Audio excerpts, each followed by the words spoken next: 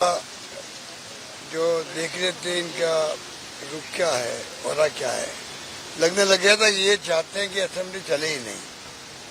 और विपक्ष ने भूमिका शानदार निभाई अपनी, हर इश्यू को लिया। जूली साहब के नेतृत्व में पूरी पार्टी एकजुट रही। उसके कारण देश में मैसेज गया राजस्थान का, पूरे राजस्थान का, खाली प्रदेश में नहीं पूरे मुल्क में मैसेज गया कि विपक्ष जो है वो तमाम मुद्दे उठा रहा जिसकी आज जरूरत है।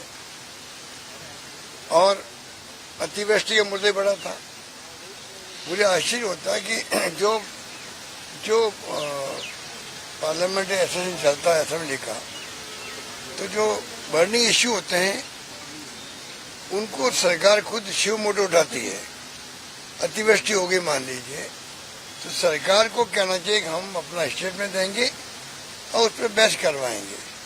अगर तमाम एमएलए साहबान बोलते, माननीय सदस्य बोलते विधानसभा के, उसके पहले कंट्रोल मंत्री जी अपनी बात कहते, जो स्थिति बनी राजस्थान में अतिवृष्टि से वो बताते, उसके बाद में सदन में बहस होती तो ज्यादा अच्छा होता। उससे सरकार को फायदा है, उनको पूरा फीडबैक मिलता। उसके आधार पर गिरदावरी, स्पेशल गिरदावरी होनी है, किसी को राहत देनी है तत्काल, या किसी के लिए सर्वे करवाना बाकी है।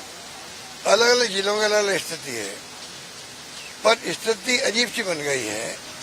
उसके लिए भी सरकार तैयार नहीं है। तो आप सोच सकते हो कि सरकार की मंशा क्या है। बाकी तो बेरोजगारी बहुत भयंकर है। वो राइजिंग राजस्थान कितना बड़ा एक फैनफेयर कर दिया पूरा दुनिया के अंदर, देश के अंदर। पता नहीं कौन सी इवेंट होने जा रही, कितना इन्वेस्टमेंट आएगा। रोजगार तो मिल नहीं रहा लोगों को, और इन्वेस्टमेंट आ कहाँ रहा है। तो बातें कई तरह कहने की है। हर इश्यू को जूली साहब ने अपने तौर तरीके से सबको विश्वास में लेकर के विधायकों को जिस प्रकार से एक के बाद एक उठाए प्रतिदिन, एक मैं समझता हूँ एक अलग मैसेज गया और सरकार पूरी तरह एक्सपोज हुई, तब मैं कह सकता हूँ। आज निष्ठा का मामला उठाया नेता, और आपका जो ये निष्ठा वाली बात है, ये बहुत इम्पोर्टेंट बात है। पार्लियामेंट में भी और असेंबली में भी कैमरे लगे हुए हैं। जो आप देखते हैं कि जो लाइव होता है यूट्यूब से, जिससे भी होता है, वो कैमरे लगे हुए हैं, उसमें किसी को एतराज नहीं है। ये जो कैमरे लगे राजस्थान के असेंबली के, एक्स्ट्रा कैमरे लगा दिए, जिससे कि विपक्ष के सदस्यों आपस में क्या बात कर रहे हैं, सदन एडजर्न हो गया तब क्या बातें होती हैं, तमाम बातों का रिकॉर्ड करना चाहते हो, जो बहुत ही गलत है। सदन की एक सेंटिटी अलग है। सदन में कोई बोलता है माननीय विधायक, उसको प्रोटेक्शन भी है, और सदन के बाहर बोलता है तो वो अपनी बात कह सकता है। उसका भी मीडिया वाले जजमेंट करते हैं या कोई आपस में आरोप लगाओ, प्रत्यारोप लगाओ, अलग बात है। पर सदन के बाहर बोलना, और असेंबली चल नहीं रही, एडजर्न हो गई है, ये दो सारी बोले थे। अब उनके मुझे क्या बात, उन्होंने खुद ने कहा एक जुमला था या क्या कहते हैं उसको, मुहावरा था, और मैं बोल गया। उसको इश्यू बना के 1 घंटा बहस करवा दी उनके एब्सेंस के अंदर। एक इतना सीनियर एमएलए थे, वो एमएलए हैं, पीसीसी प्रेसिडेंट हैं, 1 घंटा उनकी एब्सेंस में बहस करवाओ, और क्या क्या मेंबरों ने कमेंट किए आप सोच सकते हो। और फिर क्या कमेंट कर दिए खुद ने, स्पीकर ने। अभी तक उस कमेंट को हटा नहीं पा रहे हैं। तो ये जो माहौल बना रहे हैं, ये पक्ष विपक्ष में तो दूरियां बढ़ा रहे हैं। जबकि लोकतंत्र में एक हद तक आलोचना जम के सुने सत्ता पक्ष, आलोचना जम के करे विपक्ष, जिसे फायदा है पब्लिक को, ये सब ठीक है, पर सीमा पार नहीं होनी चाहिए। इस प्रकार का बहस करवा के उन्होंने सीमा पार करी, और मैं समझता हूँ कि वो अच्छी परंपरा नहीं है। अब जो कैमरा लगाए हैं, ये तो जांच होनी चाहिए, जांच होनी चाहिए। क्या कैमरे लगा सकते हैं? क्या कैमरे स्पीकर के आदेश से लग सकते हैं क्या, बिना जो असेंबली है उनके खुद के कायदे कानून होते हैं, क्या उससे हटके आपने लगवाए हैं या कैसे लगवाए आपने? सही जवाब देने के लिए कोई तैयार नहीं है। स्पीकर साहब भी या जो नेता आपके जो मंत्री जी हैं पार्लियामेंट्री अफेयर के, ये भी बातों बदलते जा रहे हैं, कभी कुछ कहते हैं कभी कुछ कहते हैं, तो ये बिल्कुल गलत बात है। मैं समझता हूँ कि ये जांच होनी चाहिए। बहुत भयंकर रिएक्शन है विपक्ष के अंदर, हमारे माननीय विधायकों के अंदर। नेता प्रतिपक्ष ने अच्छे ढंग से उनको सदन के सामने रखा है और सरकार को भी गंभीरता से लेना चाहिए इस बात को। मेरा मानना है ये परंपराएं जो पैदा हो रही राजस्थान में, ये उचित नहीं कह सकते। क्या आपको लगता है कि अगले सत्र से पहले ये केंद्र हट जाएंगे किस विरोध के बाद? ये तो पता पहले कैसे कर सकते हैं, भविष्यवाणी करें क्या? उम्मीद है क्या? उम्मीद है, भविष्यवाणी थोड़ी कर सकते हैं, उम्मीद तो देना चाहेंगे। इनसे क्या उम्मीद करें?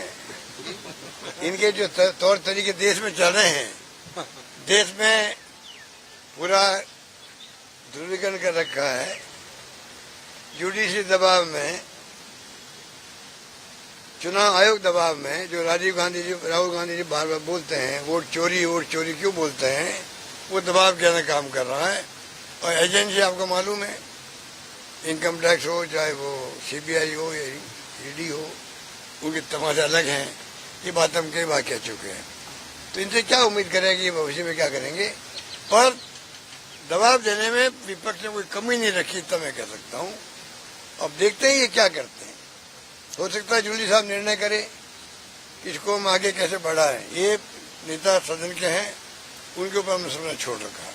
इस पूरे सदन में आप खुद अजमेर जाके देख के आए हैं क्या सिचुएशन है ग्राउंड पे, और आपके बाकी एमएलए भी हैं, और ये फ्लड्स की वजह से आपको क्या लग रहा है कि सरकार का रिस्पॉन्स एडिक्वेट मतलब सही है, वो राहत पहुंचा पा रहे हैं कि नहीं? क्योंकि किसान बहुत परेशान है अभी झालावाड़ में, सब केवल अजमेर नहीं, प्रदेश के अलग अलग जिलों में। आपको ग्राउंड देखिए, वो जो आपने कहा अतिवृष्टि कई बार आती है, कई जिलों में आती है, हम लोग जाते भी है, सब लोग जाते हैं। मैं इसलिए भी गया कि वो जो बांध बना हुआ है उसकी दीवार अचानक टूट गई, तो जो एरिया है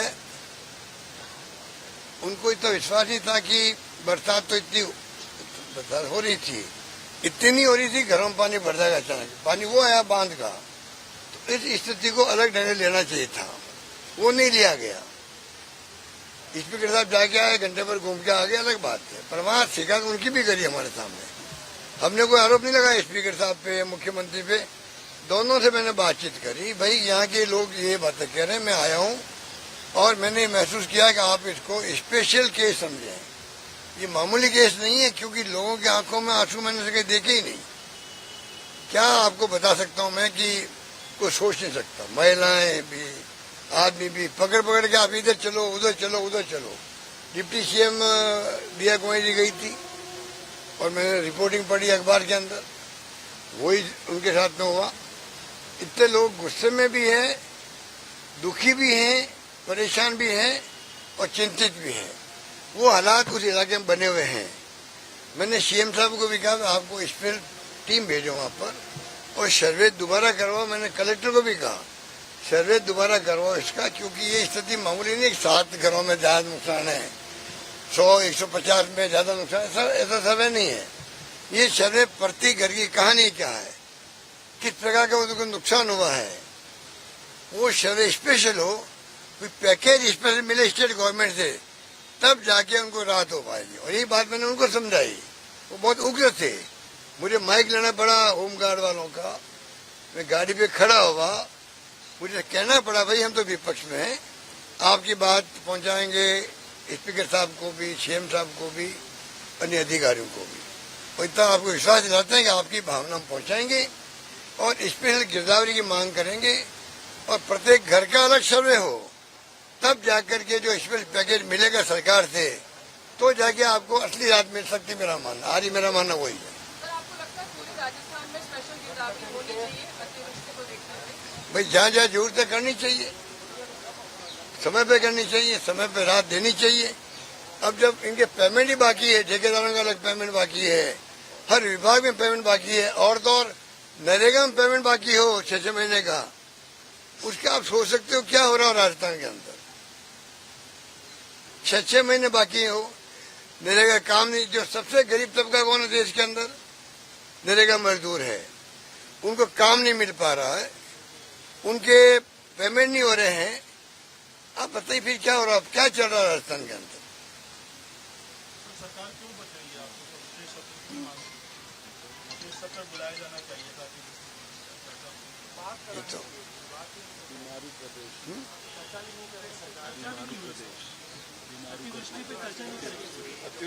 ये तो हमारी शिकायत फिर यही तो है।